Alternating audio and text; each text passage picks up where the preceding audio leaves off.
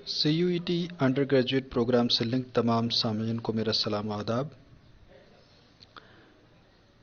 CUET UG के related कुछ queries आ रही हैं कंटिन्यूसली बच्चों की तरफ से। मैं चाह रहा हूं कि एक ही वीडियो के अंदर वो 5-6 क्वेरीज, कॉमन क्वेरीज जो अलग अलग स्टूडेंट्स व्हाट्सएप के जरिए कॉल्स पे मुझसे पूछ रहे हैं, मैं चाहता हूं उन सब क्वेरीज का एक साथ आपको जवाब दे दूं। आपके सामने क्वेरी भी लिखी रहेगी और क्वेरी के बाद फिर जो कुछ सैंपल्स हैं जो बच्चों ने भेजे हैं, मैं वो कोशिश करूंगा कि वो भी आपको दिखाऊं। सबसे पहली क्वेरी, सबसे पहला क्वेश्चन जो हम लेने वाले हैं वो ये है कि बच्चे जो एडमिट कार्ड डाउनलोड कर रहे हैं उस पे सारे टेस्ट पेपर्स मेंशन्ड नहीं है जो उन्होंने एप्लीकेशन फॉर्म में डाले थे। तो फॉर एग्जाम्पल किसी बच्चे ने 3 टेस्ट पेपर्स भरे थे, उसमें उसको सिर्फ 2 का एडमिट कार्ड डाउनलोड हो रहा है, तो बाकी टेस्ट पेपर्स का क्या होगा। तो देखिए, इस सिलसिले में अहम बात आप नोट कर लें कि आपका जो एडमिट कार्ड डाउनलोड हो रहा है उसमें अगर आपके सिर्फ 2 ही सब्जेक्ट्स मेंशन्ड हैं 3 में से, तो आप एडमिट कार्ड को फॉलो करते हुए उन 2 का एग्जाम दे दें, तो आपका रिवाइज्ड एडमिट कार्ड फिर डाउनलोड होगा बाद में, जिसमें आपका नेक्स्ट सब्जेक्ट लिया जाएगा और फिर जिसका एग्जाम होगा। तो यानी आपका एक बार एडमिट कार्ड डाउनलोड हो गया, उस पे जो सब्जेक्ट्स आपके मेंशन्ड हैं अगर सारे नहीं हैं तो जितने मेंशन्ड हैं आप उनके एग्जाम दे दें, तो बाद में फिर रिवाइज्ड एडमिट कार्ड आपका डाउनलोड होगा जिसमें आपका बाकी जो बचा हुआ पेपर है या बाकी बचे हुए सब्जेक्ट्स हैं उनका एग्जाम भी होगा। उसके बाद देखिए, सेकंड क्वेरी है कि जो एग्जाम 25 मई तक कैंसिल हो गए थे उन सब्जेक्ट्स का क्या होगा। जैसे ये कोई बच्चा व्हाट्सएप पे मुझसे पूछ रहा था, एडमिट कार्ड जो डाउनलोड हुआ था उसमें पोस्टपोन जो एग्जाम हो गए थे उनका क्या होगा। तो उस सिलसिले में भी यही है कि आपका एडमिट कार्ड रिवाइज डाउनलोड होगा जिसमें बाकी डेट्स दी होंगी और उन डेट्स के अकॉर्डिंग फिर आपका एग्जाम हो जाएगा। तो थर्ड कॉमन क्वेरी जो बच्चे पूछ रहे हैं कि कुछ बच्चों का सेंटर फिर से जम्मू कश्मीर से बाहर बन रहा है, तो अगर एडमिट कार्ड ऐसा कोई बच्चा डाउनलोड कर पा रहा है या किसी बच्चे का एडमिट कार्ड डाउनलोड हो गया जिसमें उसका सेंटर J&K से बाहर बन रहा है, क्योंकि जम्मू कश्मीर के सेंटर्स जो बाहर बने उस वजह से यहाँ के एडमिनिस्ट्रेशन और यहाँ के हायर एजुकेशन इंस्टीट्यूशंस ने जब बात NTA के साथ टेकअप की तो उन्होंने 25 मई तक कुछ एग्जाम्स कैंसिल किए और उसके बाद एडमिनिस्ट्रेशन ने यह इंश्योर किया कि यहाँ के बच्चों के सेंटर्स, जम्मू कश्मीर के बच्चों के सेंटर्स जम्मू कश्मीर में ही बनेंगे। लेकिन फिर कुछ क्वेरीज आ रही हैं, कुछ बच्चे कह रहे हैं कि हमारे सेंटर्स यहाँ से बाहर बन रहे हैं। जैसे कि एक बच्चे ने कहा था कि मेरे कुछ लोग हैं जिनके सेंटर्स पंजाब वगैरह में फिर बन रहे हैं।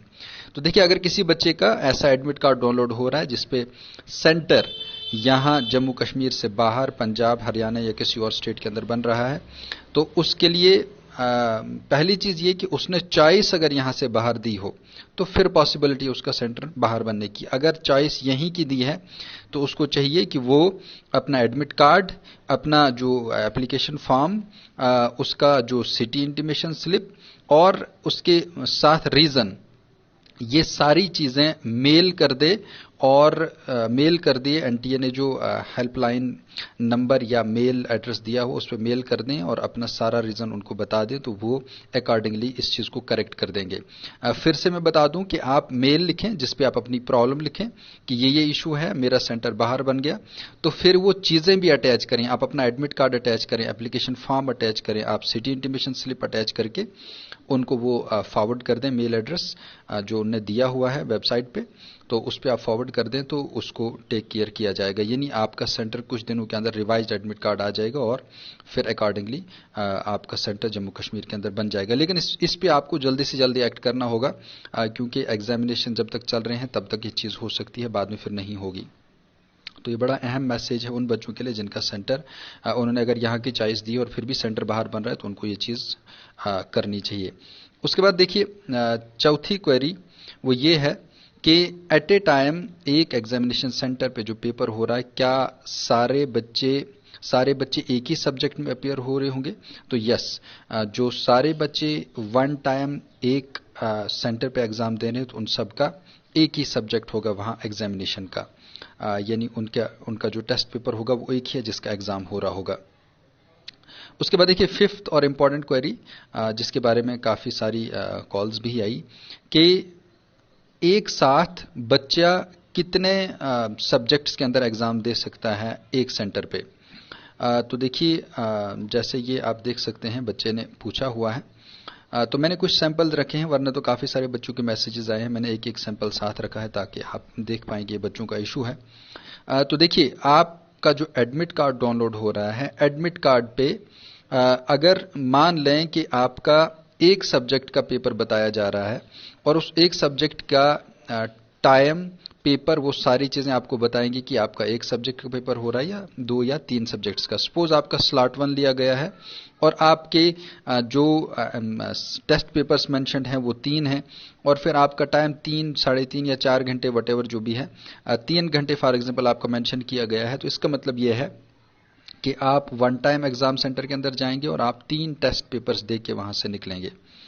तो ये आप एडमिट कार्ड पे सब्जेक्ट्स भी देखें, सब्जेक्ट्स के साथ फिर स्लॉट भी देखें, और उसके बाद फिर टाइम देखें। अगर आपका 3 घंटे तक एग्जाम चल रहा हो और 3 सब्जेक्ट्स आपके मेंशन है, इसका मतलब आपको वन टाइम एग्जाम में बैठना है और तीनों सब्जेक्ट्स के एग्जाम देने के बाद आपको एग्जाम सेंटर से बाहर निकलना है। तो ये बड़ी एक अहम इंपॉर्टेंट क्वेरी थी, जिसको मैं चाहता हूं कि आप खुद भी क्लियर करें ये कंसेप्ट और दूसरों तक भी ये पहुंचाएं।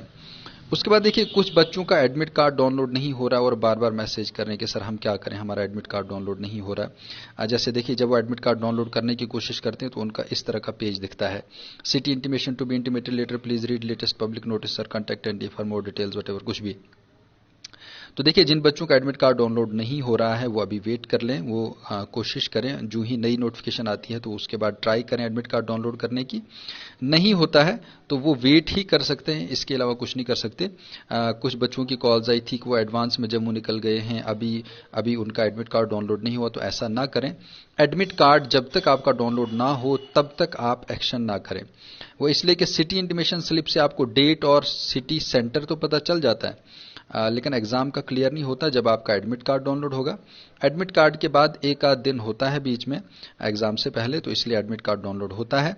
फिर आप देखें आपका एग्जाम किस डेट को, किस सिटी में, किस सेंटर पे है और कितने टाइम में है, एक सब्जेक्ट है, 2 है, 3 है, जो भी है, तो वो आप सारा शेड्यूल उसके बाद ही फिर फाइनल बनाएंगे। तो इस सिलसिले में जो मैं आपकी क्वेरीज का रिप्लाई कर रहा हूं, इस सिलसिले में इन सारी क्वेरीज को मैंने डिस्कस किया एनटीए हेल्पलाइन पे। तो मैं चाहता हूं वो रिकॉर्डिंग भी आपको सुना दूं, ताकि आपको ये कंसेप्ट क्लियर हो जाए।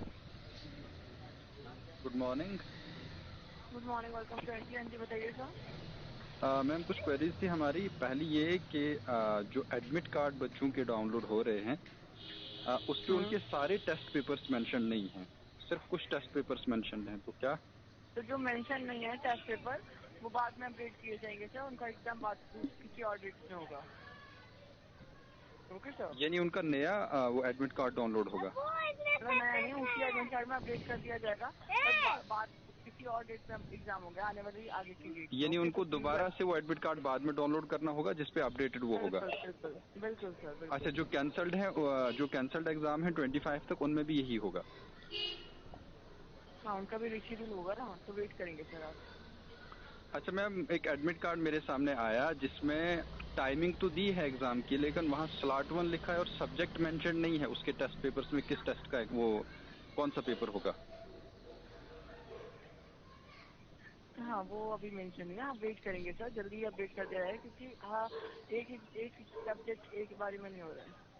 नहीं, देखिए मैम, फॉर एग्जांपल एक कैंडिडेट के सब्जेक्ट हैं, बायोलॉजी है, जनरल टेस्ट है, इंग्लिश है, वहाँ स्लॉट 1 मेंशन्ड है और एग्जाम की डेट है, टाइमिंग भी दी है, लेकिन अब हम कौन सा सब्जेक्ट कंसिडर करें इस एग्जाम के लिए?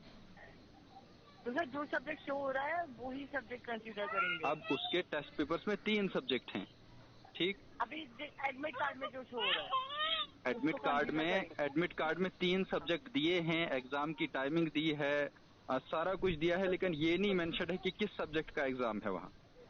तीनों का ही होगा ना सर, तीन जितने सब्जेक्ट शो हो रहा है उन सबका एग्जाम है। तो एट ए टाइम 3 सब्जेक्ट्स का एक साथ नहीं ना हो पाएगा एग्जाम वन टाइमिंग में? क्यों नहीं होता है? होता है। 3 सब्जेक्ट का एक बार में हो सकता है, बिल्कुल सही, बिल्कुल सर।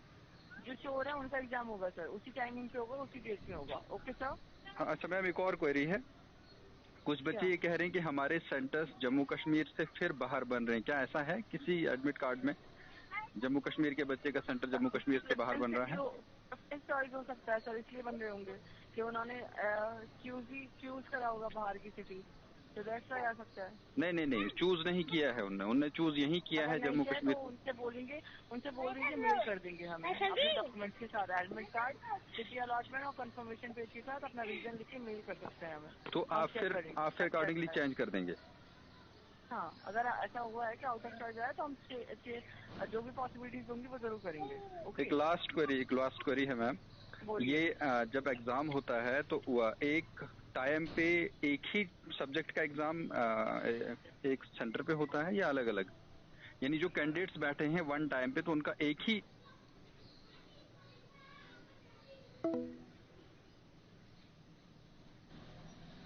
एग्जाम होगा, एक ही पेपर का होगा वहाँ? बिल्कुल सर। तो आप कह रहे हैं 3-4 सब्जेक्ट्स एक साथ उस टेस्ट में हो जाएंगे, ऐसा भी है? तो सर वो हाँ ऑफकोर्स सर, जो एडमिट कार्ड में जिस टाइमिंग में जितने सब्जेक्ट हो रहे हैं उनका एक ही बार में एग्जाम होगा उसी शिफ्ट में।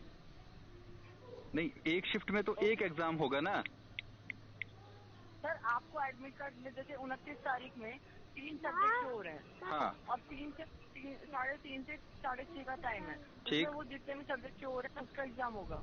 अच्छा, एक साथ सारे सब्जेक्ट्स का एग्जाम होगा? बिल्कुल। Okay ma'am, thank you so much sir, have a nice day.